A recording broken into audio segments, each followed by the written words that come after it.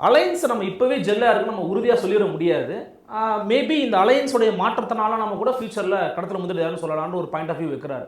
But திமுக தொடர்ச்சியாக மகளிர் மாநாடு நேற்று பல்லடத்தில் போட்டிருக்கிறாங்க, ஒரு மாநாடு போட்டிருக்கிறாங்க. மக்களை போய் அவர் டெய்லி ஒரு ரோட் ஷோ வச்சு சந்திக்கிறாரு, அப்பப்போ மீட் பண்ணுறாரு. மந்த்லி ஒரு ஷோ கண்டிப்பாக நடத்துகிறாங்க, அதை பற்றி பண்ணுறாங்க. அப்போது ஒரு பக்கம் எடப்பாடி பரப்புரை மேற்கொண்டாலும் திமுகவும் தொடர்ச்சியாக வேலைகள் பார்த்துக்கிட்டு இருக்காங்க. இப்போ மற்ற பிளேயர்ஸ் வந்து அடிக்கடி மக்களை மீட் பண்ணுறதில்ல, அதை வச்சு திமுக முன்னிலை வைக்கிறாங்கன்னு சொல்ல முடியும் தானே? ஒரு 2 மாதத்துக்கு முன்னாடி நீங்கள் கேட்டிருந்தீங்கன்னா திமுக வலுவாக இருக்கிறது, திமுக கூட்டணி இன்டாக்டாக இருக்குது, அதில் எந்த விதமான ஒரு முணுமுணுப்பும் கிடையாது, ஆட்சியில் பங்கு அப்படின்ற கோரிக்கை இருந்தாலும் அதுவும் வந்து நாங்கள் கேட்க போகிறதில்ல அப்படின்ற மாதிரிலாம் வந்து சில கட்சிகள் சொல்லிட்டாங்க. ஸோ அட்வான்டேஜ் டிஎம்கே அலையன்ஸ் அப்படின்னு இருந்துச்சு. பட் இப்போ அந்த அட்வான்டேஜ் டிஎம்கே அலையன்ஸ் அப்படின்ற அந்த தோற்றம் இருக்கு இல்லையா, அந்த தோற்றம் கொஞ்சம் கொஞ்சமாக மாறிக்கொண்டு வருகிறது. உங்களுக்கு வந்து காங்கிரஸ் என்ன முடிவு எடுக்கும், குபேந்திரன் சார் சொன்ன மாதிரி காங்கிரஸோட முடிவு 99% அவங்களோட வித் டிஎம்கே அப்படின்னா கூட அது வந்து அந்த முடிவு வந்து செல்வ பெருந்தகையோ அல்ல சோடாங்கரோ அல்லது பிரவீன் சக்கரவர்த்தியோ மோகன் குமாரமங்கலமோ எடுக்க போறதில்லை. அந்த முடிவு வந்து தேசிய தலைமை என்பது எடுக்க போகிறது. அப்போ அந்த இடத்துல வந்து உங்களுக்கு அந்த முணுமுணுப்புகள் வரக்கூடாது அப்படின்றது தான் திமுகவுடைய எதிர்பார்ப்பு. அவங்க கடுமையான முயற்சி பண்ணாங்க, இதை ஒரு குழு போட்டு இதை வந்து அரெஸ்ட் பண்றது, இந்த பேச்சுக்கே இடம் இருக்கக்கூடாது அப்படின்ற மாதிரி சில முயற்சிகளை பண்ணாங்க.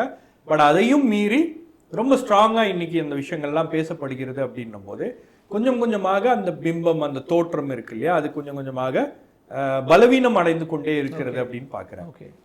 இதுல ரெண்டாவது, திமுகவுக்கு 2024 தேர்தலில் பார்த்தீங்கன்னா அவங்க ரொம்ப கான்ஃபிடென்ட்டா எலெக்ஷனை சந்திச்சாங்க. கான்ஃபிடென்ட்னா எப்படின்னா, உங்களுக்கு ஒரு ரோட் ஷோவோ அல்லது பிரம்மாண்டமான கூட்டங்களை நடத்த வேண்டிய கட்டாயம்லாம் அவங்களுக்கு ஏற்படலை. நம்ம வந்து ஸ்ட்ராங்கா இருக்கோம், ஆன்டி பிஜேபி சென்டிமெண்ட் நமக்கு ஆதரவாக இருக்கிறது, ரெண்டாவது கூட்டணி இன்டாக்டாக இருக்கிறது. ஏடிஎம்கேல ஒன்றும் பெரிய ஆக்டிவிட்டி இல்லை. ஏடிஎம்கே ஒரு பெரிய வந்து ஒரு ஒரு ஒரு நெருக்கடியை அதிமுக உருவாக்கல. ரெண்டாவது, அதிமுக கூட்டணியிலையும் உங்களுக்கு ஒரு ப்ராப்ளம் இல்லை. பாஜக, பாமக இந்த மாதிரி கட்சிகள் தான் கூட்டணி சேர்ந்தார்கள் அப்படின்னும் போது களம் நமக்கு சாதகமாக இருக்கிறது. ஆகவே 40-40 அப்படின்ற அந்த அடிப்படையில் அவங்க எலெக்ஷனை மட்டும் ரொம்ப தரோவா ஒர்க் பண்ணாங்க. 40 தொகுதிகள்லையும் பாண்டிச்சேரி உட்பட ஜெயிச்சாங்க. தங்களுடைய டாமினன்ஸை எஸ்டாப்ளிஷ் பண்ணிட்டாங்க. பிஜேபியை நாங்கள் உள்ள நுழைய விடலை அப்படின்ற அந்த கருத்தை வந்து ரொம்ப வலுவாக பதிய வச்சுட்டாங்க.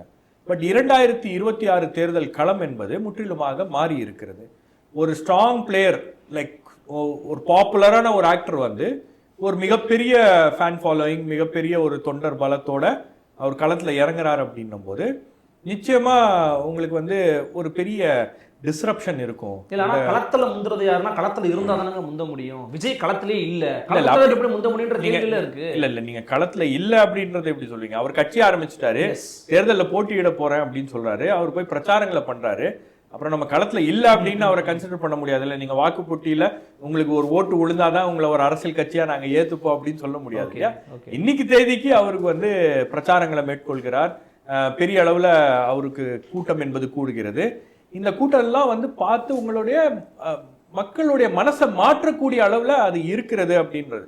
இப்ப நீங்க உதாரணத்துக்கு சொன்னீங்க, நீங்க ஜனநாயகனுடைய ஆடியோ லான்ச் வந்து அது ஒரு ஆடியோ லான்ச்சா இருந்தாலும் ஒரு சர்வதேச அரங்குல விஜய் வந்து ஒரு பொலிட்டிக்கல் ஸ்டேட்மெண்ட்டை கொடுக்கிறாரு. நான் என்ன விஷயத்த விட்டுட்டு வரேன் உங்களுக்காக, நான் அரசியல்ல இறங்க போறேன் அப்படின்றத அவரு முன்கூட்டியே அறிவிச்சிட்டாரு, மாநாடுகளை போட்டு இங்க ப்ரூவ் பண்றாரு அவர் கூட்டம் வருது அப்படின்னு. பட் அவருடைய ஃபேன் ஃபாலோயிங் எவ்வளவு இருக்கு, அதோடைய மேக்னிடியூட் என்ன? நீங்க விஜய்க்கு வந்து இங்க தமிழ்நாட்டுல கூட்டம் மட்டும் தான் கூடுது, வேற எங்கேயும் பெருசா கூடாது அப்படின்னாங்க. அவரு ஜனநாயகன்ல ஒரு 1 லட்சம் பேரை வந்து கூட்டி மலேசியால அதை வந்து ஒரு ஸ்டேட்மெண்ட் தானே கன்வே பண்றாரு. எக்ஸ்பெக்டட் ஆடியன்ஸ் தானே அது. எதுவா இருந்தாலும் ஆச்சரியம் கூடி இருக்குன்றது சாதாரண. எதுவா இருந்தாலும் அவர் அந்த sheer scale of the show, இந்த மாஸ், இந்த ஃபாலோயிங், இவ்வளவு பாப்புலரான ஒரு இடத்துல நான் இருக்கேன், அதை விட்டுட்டு நான் அரசியலுக்கு வரேன் அப்படின்றத அவர் கன்வே பண்றாரு. 33 வருஷம் உழைப்பு அப்படின்றாரு இல்லையா. முழுக்க முழுக்க அவருடைய அரசியல் அப்படின்றது அவருடைய ஃபேன் ஃபாலோயிங், அவருடைய தொண்டர்கள், அவருடைய ஆதரவாளர்கள், அவங்கள சுத்தி தான் அவர் கட்டமைச்சிருக்காரு. அப்போ ஒரு மக்களுடைய மனசை மாத்துறது தானே. நீங்க எல்லாமே வந்து மக்களை வந்து எப்படி கவர்றது அப்படின்னு தான் யோசி. இப்ப நான் அந்த நிகழ்ச்சியை பார்க்கும்போது உண்மையிலேயே நீங்க வந்து ஒரு பெரிய கூட்டம் எக்ஸ்பெக்டட்னா கூட அவ்வளவு பெரிய கூட்டம் அது ஒத்துக்கிறோம் கட்டாயமா ஒத்துக்கிறோம். ரெண்டாவது அவ்வளவு ஒரு பாப்புலரான ஒரு ஸ்டார் இருக்காரு. அவர் வந்து நடக்கும்போது அங்க ஆரவாரம் இது எல்லாமே வந்து உங்களுக்கு பெரிய அளவுல மக்களை யோசிக்க வைக்கணும்ல. சோ அந்த விஷயங்களை எல்லாம் வந்து அவர் தொடர்ச்சியாக செய்கிறார் அப்படின்னும் போது தமிழ்நாட்டுக்குள்ள இம்பாக்ட் ஏற்படுத்துமா அப்படிங்கறத இப்ப கொஸ்டின். இப்ப மலேசியா தமிழர்கள் அங்க கூடி இருக்கிறாங்க, அவங்களுக்கு இங்க ஓட்டு கிடையாது. ஆனா அந்த கூட்டம் இங்க அரசியல் களத்துல இம்பாக்ட் ஏற்படுத்துமாங்கிறத கேள்வி. ஏங்க உங்களை யோசிக்க வச்சாலும் அது பெரிய விஷயம்ன்ற நான் விஜயை நோக்கி உங்களுடைய ஓ பரவாயில்லையே இவருக்கு இவ்வளவு கூட்டம் வருது. இதுக்கு முன்னாடி ரஜினிகாந்த் கமல்ஹாசன் அதே ஸ்டேடியத்துல போய் ஹெலிகாப்டர்ல எல்லாம் இறங்கினாங்க. நம்ம கூட்டம் பார்த்தோமா? அந்த அளவுக்கு ஒரு ஆரவாரம் பார்த்தோமா? பட் விஜய்க்கு அப்படி வருது அப்படின்னும் போது இது யோசிக்க வைக்கும். இப்ப காங்கிரஸுக்கு இருக்கக்கூடிய பிரச்சனை என்ன? கூட்டம் வருது, விஜய்க்கு ஒரு பெரிய மாஸ் இருக்கு, இளைஞர்களுடைய பட்டாளம் அவர் பின்னாடி இருக்கு அப்படின்ற மாதிரி ஒரு ஒரு விஷயத்த ஒரு யோசிக்க வச்சிருக்கு இல்லையா? சரி, நம்ம வந்து ஒரு வாய்ப்பு நமக்கு கட்சியை வளர்க்கறதுக்கும் அல்லது நெக்ஸ்ட் ஜெனரேஷன் போய் ரீச் ஆகுறதுக்கும் உங்களை வந்து தமிழ்நாட்டில் பாஜக வளருது, ஏதோ ஒரு விஷயத்த பண்ணி பாஜக ஆட்சியில் இருக்கும்போது வளருது. நாம தான் தேக்க நிலையில இருக்கோம். ஸோ நம்ம எலெக்ஷனை சந்திக்கிறது மட்டும் இல்லாம பார்ட்டியோடைய ஃபியூச்சர், பார்ட்டியோடைய இன்ட்ரெஸ்ட்டை வந்து நாங்கள் மனசுல வச்சுட்டு செயல்பட்டோம்னா தாவேகா தான் சரியான சாய்ஸ் அப்படின்ற மாதிரி ஒரு எண்ணம் வந்து உருவாகி இருக்கிறது. அப்போ இதுக்கு எல்லாம் காரணம் என்ன? உங்களுக்கு திரு கமல்ஹாசன் அவர்கள் கட்சி ஆரம்பிச்சாரு. கட்சி ஆரம்பிக்கும் போது பயங்கர எக்ஸ்பெக்டேஷன். ஏன்னா கமல் வந்து உலக நாயகன். அப்போ பயங்கர எக்ஸ்பெக்டேஷன் இருக்கும்போது ரஜினி வரன்னு சொல்லிட்டு வராம போயிட்டாரு. அப்போ இவரு அப்போ அதிமுக திமுக எல்லாருக்கும் ஒரு பெரிய பயம் இருந்துச்சு. இவருக்கு இப்போ வந்து மாஸ் கூடிருச்சுன்னா ஒரு பெரிய இம்பாக்டை, ஒரு இம்ப்ரெஷனை அவர் உருவாக்கிட்டாருன்னா மனசுல அப்படின்ற மாதிரி ஒரு பெரிய பயம் இருந்துச்சு. மதுரையில சேர்ந்த கூட்டத்தை பார்த்து மதுரையில வந்து அவர் நடத்தின அந்த பொது இன்னுமே இருக்கு பெரிய அளவுல அது ஃபில் ஆகல. அப்பதான் ஒருத்தர் சொல்றாரு, ஒரு அதிமுக தலைவர் சொல்றாரு கூப்பிட்டு பேசும்போது, சார் எங்களுக்கு கூட்டம் நடத்தாத வரைக்கும் எங்களுக்கு கொஞ்சம் பக்குன்னு இருந்துச்சு சார். அவர் கூட்டத்தை பார்த்த உடனே நம்ம ஆளுங்கெல்லாம் கொஞ்சம் நார்மல் ஆயிட்டாங்க. ஏன்னா அந்த பயம், ஒரு அச்சம் என்பது தானா வருது. விஜயகாந்த் அவர்களுக்கு அதே மாதிரி தான். நீங்க கட்சி 2005 ஆரம்பிக்கும் போது அவர் காட்டின மாஸ்லாம் பார்த்த உடனே தான் திமுகவுக்கு ஒரு அச்சம் அப்போ ஏற்பட்டுச்சு. திமுக அதிமுக இரு கட்சிகளுக்கும் ஒரு பதற்றம் அப்படின்றது உருவாச்சு. அப்போதான் விஜயகாந்துக்கு அவ்வளவு கூட்டம். விஜயகாந்த் வந்து இளைஞரணி மாநாட்டை வந்து தமிழ்நாட்டில் ஐலண்ட் கிரவுண்ட்ல நடத்தும் போது எவ்வளவு நெருக்கடிகளை அவர் சந்திச்சாரு, எவ்வளவு பிரச்சனை நடந்துச்சு அப்படின்லாம் பார்த்தோம். அதெல்லாம் பண்ணதுக்கு பிறகுதான் திமுகவும் அதை கவுண்டர் பண்றதுக்கு பல விஷயங்களை பண்ணாங்க. இப்போ விஜயுடைய தாக்கம் வந்து இந்த தேர்தலில் ஈர்க்க போகிறது அப்படின்றது உங்களை விட என்னை விட இங்க உட்கார்ந்து ரூம்ல உட்கார்ந்து இருக்கிற 4 பேரை விட 5 பேரை விட திமுக அதிமுகவுக்கு நல்லா தெரியும். ஓகே, நீங்க அதனாலதான் ஒவ்வொரு மாசமும் ஒரு பிரம்மாண்ட கூட்டத்தை காமிக்கணும். எலெக்ஷன் டைம்ல போடுறதானே இது எப்பவுமே தேர்தல் நெருங்குச்சுன்னா போடுறது. சார் எலெக்ஷன் நேரத்துல நீங்க வந்து ஒரு 3 மாசம் முன்னாடியோ ஒரு 4-5 மாசம் முன்னாடி பண்ணுவீங்க. எலெக்ஷன் நேரத்துக்கு ஒரு 8 மாசத்துக்கு முன்னாடியே நீங்க பிரச்சாரத்துக்கு எல்லாம் போக மாட்டீங்க. எதிர்கட்சி தலைவர் ஏன் பிரச்சாரம் போகணும்? தொகுதியா பிரச்சாரம் போக வேண்டிய காரணம் என்ன அப்படி ஒரு கட்டாயம் அவருக்கு ஏற்பட்டுருச்சு? நீங்க வந்து சென்னையில பாதி நேரம் உட்கார்ந்து நீங்க வந்து இந்த அரசுக்கு ஒரு நெருக்கடியை ஏற்படுத்தும் வகையில திட்டங்களை தீட்டி இருந்தீங்கன்னா இன்னைக்கு எதிர்கட்சிக்கு இந்த ஒரு நிலைமை வந்திருக்காது. அதிமுகவுக்கு ரொம்ப அதிமுக மீது அந்த நம்பிக்கையே வரல. நீங்க அதிமுக பாஜக கூட்டணி ஏற்பட்ட உடனே அது பெரிய அளவுக்கு ஒரு மொமெண்டத்தை உருவாக்கும்னு பாத்தீங்கன்னா அது ரிவர்ஸ்ல போயிட்டு இருக்கு. அந்த கூட்டணியில இருக்கிற ஓபிஎஸ் வெளியே போயிட்டாரு, டிடிவி வெளியே போயிட்டாரு, பாமக 2ஆ உடஞ்சிருக்கு. உங்களுக்கு தேமுதிக கன்ஃபார்ம் பண்ண மாட்டேன்றாங்க இந்தியால இருக்கீங்களா இல்லையான்னு. கிருஷ்ணசாமி அமைதியா இருக்காரு, ஜான் பாண்டியன் எதுவும் சொல்ல மாட்டேன்றாரு. அப்ப உங்களுக்கு அப்ப என்ன மனநிலையில அவங்க இருக்காங்க அப்படின்றது இருக்கு இல்லையா? அப்போ ஏதோ ஒரு இடத்துல வந்து ஒரு சேஞ்ச் ஆஃப் ஹார்ட் வந்திருக்கு பல அரசியல் கட்சிகளுக்கு. நாம இப்ப முடிவெடுக்க தேவையில்லை. குபேந்திரன் சார் சொன்ன மாதிரி நீங்க வந்து நோட்டிபிகேஷன் வந்ததுக்கு அப்புறம் கூட அந்த இழுபறி அப்படின்றது இருந்துட்டே இருக்கும். இப்ப என்ன ஒரே ஒரு விஷயம்னா திமுக கூட்டணி இன்டாக்டா இருக்கு. திமுக கூட்டணியில இருக்கக்கூடிய கட்சிகள்லாம் வந்து அவரோட இருக்காங்க, திமுகவோட தான் இருக்காங்க. சொல்ல முடியாதுன்றீங்க. அவங்களுக்கு அந்த தோற்றம் என்பது இருந்துச்சு. அதே அளவுல அதே சக்தி வாய்ந்த ஒரு அமைப்பாக அது இருக்குமா, அல்லது அதுலயும் வந்து உங்களுக்கு ஆன்டி இன்கம்பன்சி பலவீனங்கள்லாம் வந்து அந்த கூட்டணியை ஒட்டுமொத்த கூட்டணியை பாதிக்குமா அப்படின்றத நம்ம பொறுத்து வந்து பார்க்கணும். ஆனா ஒரே ஒரு கட்டத்துல நீங்க வந்து விஜயுடைய வருகை அப்படின்றது வந்து ஒரு மிகப்பெரிய தாக்கத்தை வந்து ஏற்படுத்தி இருக்கு. அது எந்த அளவுக்கு வாக்குகளாக மாறுமா, இந்த அரசாங்கத்தை வீழ்த்துற அளவுக்கு அது போகுமா, இன்னும் கூட்டணி அமையணும், கேண்டிடேட்ஸ், இந்த மாதிரி நிறைய விஷயங்கள் இருக்கு. பட் இன்னைக்கு தேதிக்கு விஜய் வந்து பல பேருடைய கவனத்தை ஈர்த்து இருக்கிறார், யோசிக்க வச்சிருக்காரு. இவருக்கு இவ்வளவு பெரிய ஃபாலோயிங் இருக்குன்னா இவர் ஒரு பெரிய தாக்கத்தை ஏற்படுத்திடுவாரோ அப்படின்ற அந்த யோசனையை மக்கள் மனசுல ஏற்படுத்தி இருக்கிறது அப்படின்னு பாக்குறேன். ஆன்டி இன்கம்பன்ஸ் நலத்திட்டங்களால டைலூட் பண்ணிருக்கிறாரா முதலமைச்சர்? The same time end of the day anti DMK versus ADMK தான் போய் நிற்கும். அந்த டைம்ல டிவிக்கு தாக்கு பிடிக்க முடியாதுங்கிற ஒரு வாதம் இருக்கு. சரி, உங்களுக்கு ஆன்டி இன்கம்பன்ஸே ஒரு ஃபேக்டர் தான். நீங்க அதை வந்து குறைச்சி மதிப்பிட்டாங்கன்னா அது திமுகவுக்கு தான் பெரிய லாஸ். நீங்க தொடர்ச்சியா அந்த போராடுபவர்களையும் நீங்க பார்த்துட்டு இருக்கீங்க. அந்த வேவ் எப்படி இருக்கு? ஆக்சுவலி அரசு ஊழியர்கள் அதிருப்தியில இருக்காங்க, ஆசிரியர்கள் அதிருப்தியில இருக்காங்க. காரணம் என்னன்னா நீங்க கொடுத்த வாக்குறுதிகளை நிறைவேற்றல. நீங்க கடந்த முறை பாத்தீங்கன்னா ஆட்சிக்கு வருவதற்கு முன்பு எல்லா போராட்ட களத்திலையும் வந்து திமுக போய் முன்னாடி நிற்கும். ஒரு சின்ன போராட்டம் நடக்குது அப்படின்னா தெருவுல கொலை பிரச்சனைனா கூட திமுக போய் நின்று அது ஒரு தெரு பிரச்சனை, ஒரு ஏரியா பிரச்சனையா கூட மாத்துவாங்க. எல்லா போராட்டத்திலையும் போய் நின்றுவாங்க. அப்ப அங்க போய் எல்லாத்தையும் பெருசு பண்ணி பண்ணி பண்ணி 320 நாங்க வந்தோடனே இந்த வாக்குறுதி இந்த கொலையை சரி பண்ணிடுவோன்னு வாங்க பண்ணலையே அப்படின்னு கேட்டாங்கன்னா இப்ப யாருமே கண்டுக்க மாட்டேன்றாங்க, யாருமே பேச மாட்டேன்றாங்க. நீங்க அந்த 8 வழி சாலை போராட்டம் இருக்கு இல்லையா, 8 வழி சாலை போராட்டத்தை வச்சு பெரிய அளவுக்கு ஆதாயம் அடைந்தது திமுக. அருள் ஆறுமுகம் இருந்தாரு, விவசாயிகளை திரட்டினது. நீங்க அருள் ஆறுமுகம் விட்டுருங்க, நீங்க அந்த போராட்டத்தை வைத்து கிட்டத்தட்ட ஒரு 11 மாவட்ட விவசாயிகளை உங்களால வந்து திரட்ட பண்ண முடியும். இல்ல ஏன் அருள் ஆறுமுகம் சொல்றேன்னா அதே அருள் கைது பண்ணாங்க. அதே அருள் ஆறுமுகம் திருவண்ணாமலைக்கு வரும்போது அவர் விசா வாங்கிட்டு பாஸ்போர்ட்ல ஏவா வேலு கொடுக்குற பாஸ்போர்ட்ல வந்து அவரு பர்மிஷன் வாங்கிட்டு தான் உள்ள வரணும் அப்படின்னு பிரச்சனை பண்ணாங்க. சோ அந்த அளவுக்கு அவரை குண்டாஸ்ல போடுற அளவுக்கு வந்து எல்லாரையும் நீங்க ஒண்ணும் கிடையாதுங்க. கடந்த முறை யார் யாரெல்லாம் திமுகவை வந்து ஆதரிச்சாங்களோ அவர்கள் எல்லாம், உதாரணத்துக்கு பல அமைப்புகள், பூவுலகின் நண்பர்கள், இன்னைக்கு பூவுலகின் நண்பர்கள் வந்து திமுக சமூக வலைதளங்கள்ல போய் பாத்தீங்கன்னா பூவுலகின் நண்பர்கள் ஒரு தீய சக்தி, அது வந்து ஒரு அஜெண்டாவோட செயல்படக்கூடிய ஒரு அமைப்பு. ஏன்னா அவங்க வந்து பரந்துரை எதிர்க்கிறாங்க. பரந்துரை எதிர்க்கிறது கொடுங்க, அவங்க ஆட்சிக்கு வந்த உடனே பேனா சிலையை நாங்க கொண்டு போய் நடுக்கடல்ல வைப்போம் அப்படின்னு உடனே அதை எதிர்த்து பேசின உடனே அவங்க எல்லாம் வந்து கடுமையா எதிர்க்கப்பட்டார்கள்.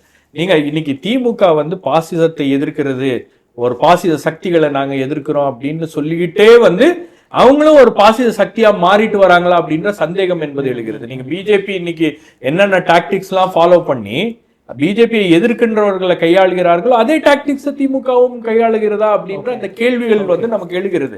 சமூக வலைதளங்கள்ல வந்து எல்லாரையும் அவதூறு பேசுறது, இது எல்லாமே வந்து பல பேர் முகம் சுளிக்க வைத்திருக்கிறது, பல பேர் யோசிக்க வச்சிருக்கு. 2011-16 இல்லையா, 2011 அதிமுக ஆட்சி, 2011ஆம் ஆண்டு அந்த தேர்தல்ல திமுகவுடைய தோல்விக்கு மிகப்பெரிய காரணம் என்ன அப்படின்னு அனலைஸ் பண்ணும்போது இந்த கவுன்சிலர்ஸ், கீழே இருக்கக்கூடிய அந்த லோக்கல் பாடியில இருக்கக்கூடிய ஆட்கள், அவங்க பண்ண அட்டுழியம், லேண்ட் கிராபிங்கு, இது எல்லாமே வந்து ஒரு பெரிய காரணமாக மாறியது அப்படின்னும் போது இந்த மாதிரி ஃபேக்டர்ஸ் வந்து இப்பவும் இருக்கு. இந்த முறையும் வந்து இந்த மாதிரி பிரச்சனைகள் இருக்கு. இது எல்லாமே வந்து தேர்தல் சமயத்துல நலத்திட்ட உதவிகளால அதை டைலூட் பண்ணலையா? நலத்திட்ட உதவிகள் அப்படின்னா சார் சொன்னாரு டிவி கொடுத்தாங்க, டிவி கொடுத்ததுக்கு அப்புறம் அடுத்த எலெக்ஷன்ல டிவி கொடுத்தீங்க அப்படின்னா அந்த எலெக்ஷன் ஜெயிச்சிருக்கணும்ல. ஜெயலலிதா வந்தாங்க, மிக்சி கொடுத்தாங்க, கிரைண்டர் கொடுத்தாங்க, ஃபேன் கொடுத்தாங்க, எல்லாம் கொடுத்தாங்க. அவங்க கொடுக்காத ஒண்ணு வாஷிங் மிஷின் நினைக்கிறேன், அது தவிர மீதி எல்லாம் கொடுத்துட்டாங்க. போன் கொடுக்குறாங்க பட் கொடுக்க முடியல. சோ அதெல்லாம் கொடுத்தாங்க, லேப்டாப் கொடுக்குறாங்க. நீங்க அரசாங்க திட்டங்கள் அப்படின்றது வந்து அது அரசாங்க திட்டங்கள் தான். அது எந்த அரசு வந்தாலும் அந்த திட்டங்களை போடும். ஒரு அரசு வந்துச்சுன்னா அவங்களுடைய வேலை என்ன? திட்டங்களை போடுவது தானே. இளைஞர்களுக்கு ஒரு திட்டம் போடுவாங்க, மாணவர்களுக்கு ஒரு திட்டம் போடுவாங்க, பெண்களுக்கு ஒரு திட்டம் போடுவாங்க, முதியவர்களுக்கு ஒரு திட்டம் போடுவாங்க, பஸ்ல பயணம் பண்ற ஒர்க்கிங் விமனுக்கு ஒரு திட்டம் போடுவாங்க, பத்திரிகையாளர்களுக்கு திட்டம் போடுவாங்க. அரசாங்கத்துடைய வேலை திட்டம் போடுவது. ஒரு அரசியல் கட்சியாக திமுகவோ அதிமுகவோ என்ன திட்டங்களை போட்டிருக்காங்க மக்களை ஈர்க்கிறதுக்கோ, மக்களை கவருவதற்கோ? நீங்க இன்னைக்கு எல்லாரும் பேசுறோம் இளைஞர்களுடைய ஆதரவு யாருக்கு அப்படின்னு. இளைஞர்கள் வந்து பெரிய அளவுக்கு இளைஞர்கள் வந்து விஜய் வர்றதுக்கு முன்னாடி நாத்தாக்கா பக்கம் போயிட்டு இருந்தாங்க. காரணம் என்னன்னா சீமான் வந்து கடுமையா பேசுறாரு, திராவிட இயக்கங்களை எதிர்க்கிறாரு, பிளஸ் அந்த டிஜிட்டல் நேட்டிவ்ஸ் அப்படின்னு சொல்லக்கூடிய, அதாவது சமூக வலைதளங்கள் மூலமாக அரசியலை பார்க்கக்கூடிய, அரசியலை தெரிந்து கொள்ளக்கூடிய அந்த இளைஞர்கள் மத்தியில சீமான் வந்து பெரிய அளவுக்கு போய் ரீச் ஆயிருக்காருன்னும் போது சமூக வலைதளங்கள்ல சீமான் ரொம்ப ஸ்ட்ராங்கா இருக்காரு. அதே மாதிரி விஜயும் வந்து கிட்டத்தட்ட சமூக வலைதளங்கள்ல பெரிய அளவுல ஒரு ஆதரவு தளத்தை அவர் உருவாக்கி இருக்கிறார். ரொம்ப கான்சியஸா அதை ஒர்க் பண்ணி உருவாக்கி இருக்காங்க. அப்ப இன்னைக்கு சமூக வலைதளங்கள்ல பாத்தீங்கன்னா திமுக அதிமுக ஐடி விங் திணற அளவுக்கு இந்த 2 அமைப்புகளுடைய ஐடி விங்கும் இது பண்ணுது. ரெண்டாவது, நீங்க இளைஞர்களை வந்து வாய்ப்புகள் எங்க இருக்கு? இளைஞர்களுக்கு எந்த வாய்ப்புகளை நீங்க கொடுத்துருக்கீங்க பெரிய அளவுல? அரசியல் ரீதியாகவும் சரி, எந்த வாய்ப்புகள் இருக்கு? நீங்க அன்னைக்கு ஒரு பவரும் மணியும் தானே ஸ்கோர். அதான் சொல்றேங்க, ஒரு 20 வருஷம் முன்னாடி இருந்த அதே அமைச்சர் இன்னைக்கும் வந்து அமைச்சராகவே தொடர்கிறார். அவர்கிட்ட தான் பணம் மணி எல்லாமே இருக்கு. அப்ப அவர்களை எப்படி வீழ்த்துவது அப்படின்ற திட்டங்களை வந்து இன்னைக்கு புதுசா வரக்கூடிய கட்சியினர் வந்து யோசிக்கணும். நீங்க பணம், அதே மாதிரி உங்களுக்கு வந்து இருக்கக்கூடிய செல்வாக்கு, ஆள்பலம், பணபலத்தை வச்சுக்கிட்டு நீங்க வந்து அண்ட போடுறீங்கன்னா முன்னாடி டிவிக்கு நிக்க முடியுமா? அதுதான், அதை நிக்கிறதுக்கான திட்டங்களை டிவிக்கு வகுக்க வேண்டும். ஓகே, நீங்க அதை பண்ணணும். தேர்தல் களத்துக்குன்னு நீங்க வந்துட்டீங்க. தேர்தல் களத்துக்கு நீங்க வந்துட்டீங்கன்னா அந்த ஃபைட் அப்படின்றது வேற. அதை தாக்கு பிடிக்கணும். நான் ஒத்துக்கிறேன். நீங்க தேர்தல் சமயம் அப்படின்றது, தேர்தல் அப்படின்றது வந்து உங்களுக்கு பீக் எலெக்ஷன் மூமெண்ட் வந்து அந்த எலெக்ஷன் போலிங்க்கு ஒரு 15 நாள் முன்னாடி. அன்னைக்கு உங்களுடைய மனநிலை என்னவாக இருக்கிறது? அன்னைக்கு யார் வந்து ஸ்ட்ராங்கா இருக்கா, யாரு ஜெயிக்க போறாங்க, யாருக்கு வந்து நம்ம ஓட்டு போட போறாங்க, பெருவாரியான மக்கள்லாம் யாரை வந்து ஓட்டு போட்டு தேர்ந்தெடுக்க முடிவு பண்ணியிருக்காங்க அப்படின்ற விஷயங்கள்லாம் வந்து அந்த ஊர்ல இருக்கிறவங்க, அந்த டீ கடையில் இருக்கிறவங்க, அவங்க எல்லாம் மைண்டை வந்து ரீட் பண்ணுவாங்க. தமிழக மக்களுக்கு ஒரு விஷயம் நல்லா தெரியும், யார ஆட்சிக்கு மீண்டும் கொண்டு வரக்கூடாது அப்படின்றதுல அவங்க உறுதியா இருக்காங்க. யாருக்கு ஓட்டு போடுறாங்களோ இல்ல, யாரு வரக்கூடாது அப்படின்றதுதான் இது வரைக்கும் அவங்க வந்து ஓட்டு போட்டிருக்காங்க.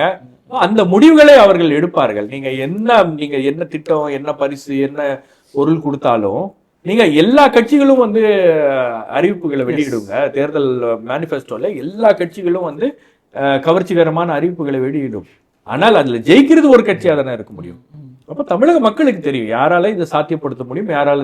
என்ன ஒண்ணுன்னா, இந்த 2 திராவிட கட்சிகள் மீதும் வந்து ஒரு அயற்சி இருக்கிறது, ஒரு ஃபெட்டிக் வந்து செட் ஆயிருக்கு. அப்போ விஜய் வந்து ஒரு மாற்று சக்தியாக வருகிறார் அப்படின்னும் போது நான் மாற்று சக்தி அப்படின்றது விஜய் ப்ரூவ் பண்றதுக்கு அவருக்கு வந்து காலம் வந்து ரொம்ப குறைந்த தான் இருக்கு, குறைந்த நேரம் தான் இருக்கிறது. அவர் எப்படி ப்ரூவ் பண்றாரு அப்படின்றது 4 முனை போட்டிங்கிறது இவருதான் நம்புறீங்க. ரெண்டாவது, விஜயுடைய கூட்டணி.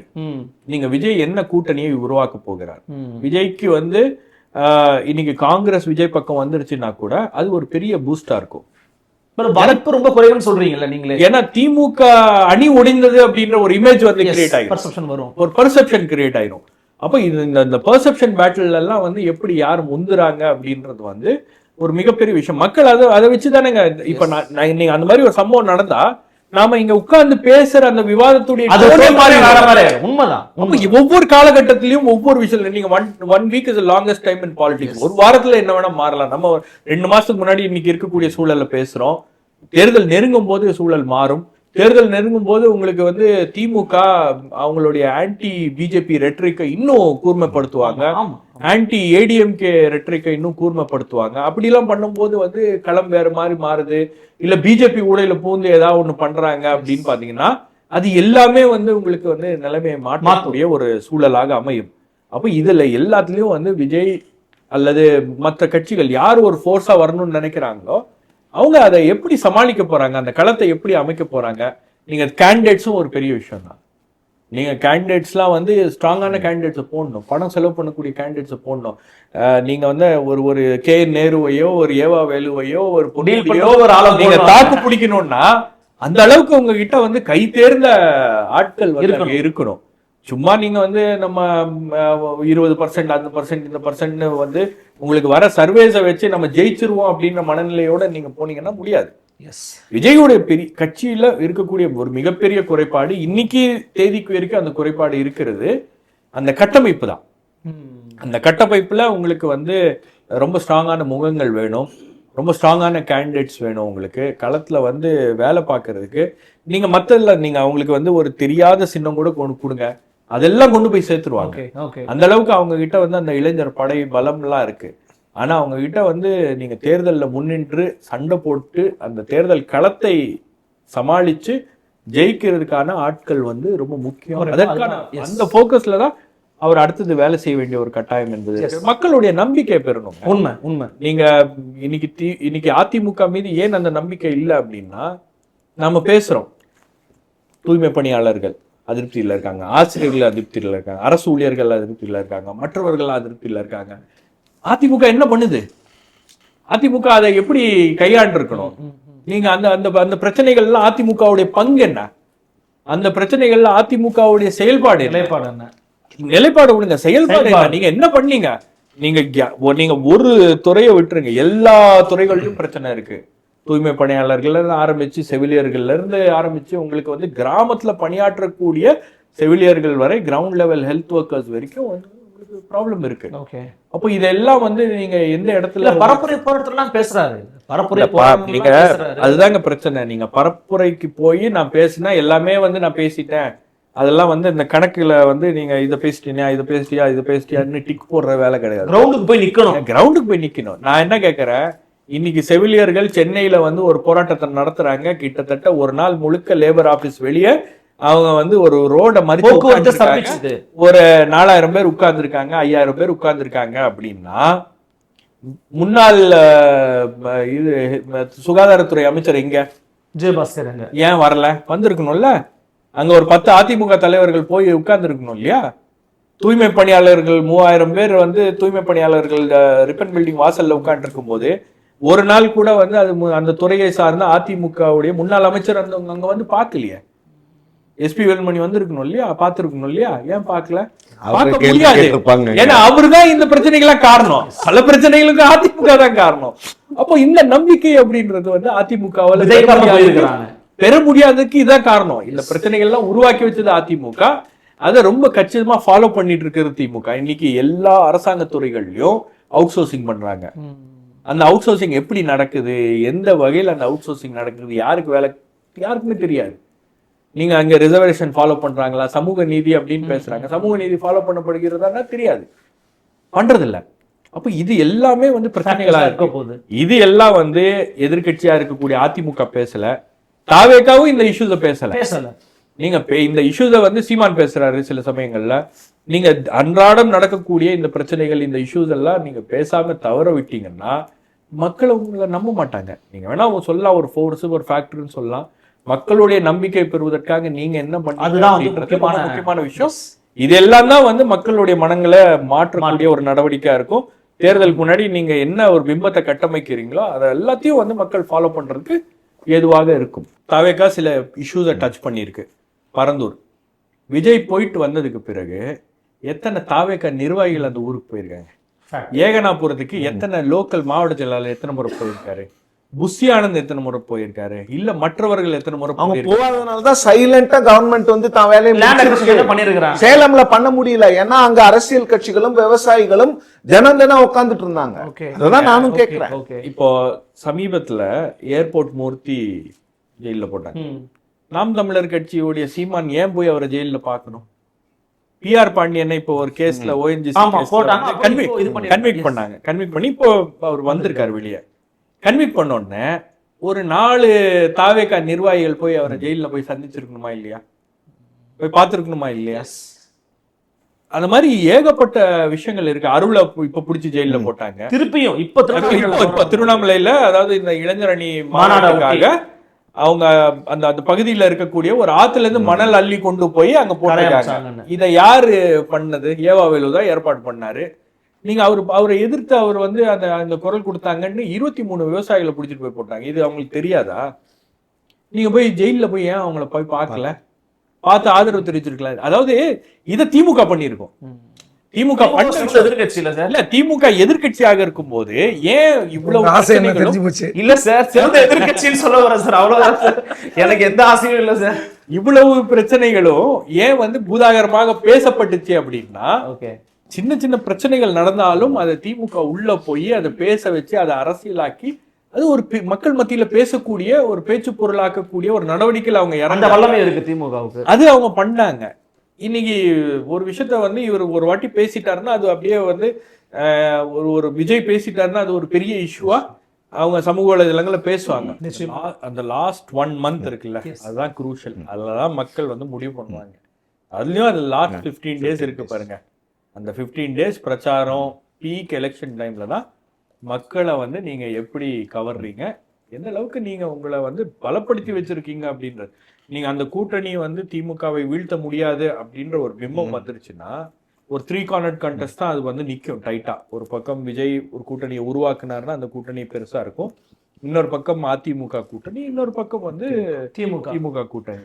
ஒரு 3 கார்னர் கண்டெஸ்ட்ல ரொம்ப க்ளோஸா எலெக்ஷன் போகுதுன்னா உங்களுக்கு ஜெயிக்கிற பர்சன்டேஜ் ரொம்ப கம்மியாகும். நீங்க அந்த 40%, 45% கூட வராது, அதை விட குறைவா தான் வரும். ஆனால் உங்களால திமுகவை வீழ்த்த முடியல, ஆளுகின்ற அரசாங்கத்தை உங்களால வீழ்த்த முடியல அப்படின்ற ஒரு விஷயம் வந்துருச்சு அப்படின்னா, ஒரு எண்ணம் மக்கள் மத்தியில ஏற்பட்டுருச்சுன்னா மக்கள் வந்து முடிவு பண்ணிட்டு யாருக்கு ஓட்டு போடணுமோ போடுவாங்க.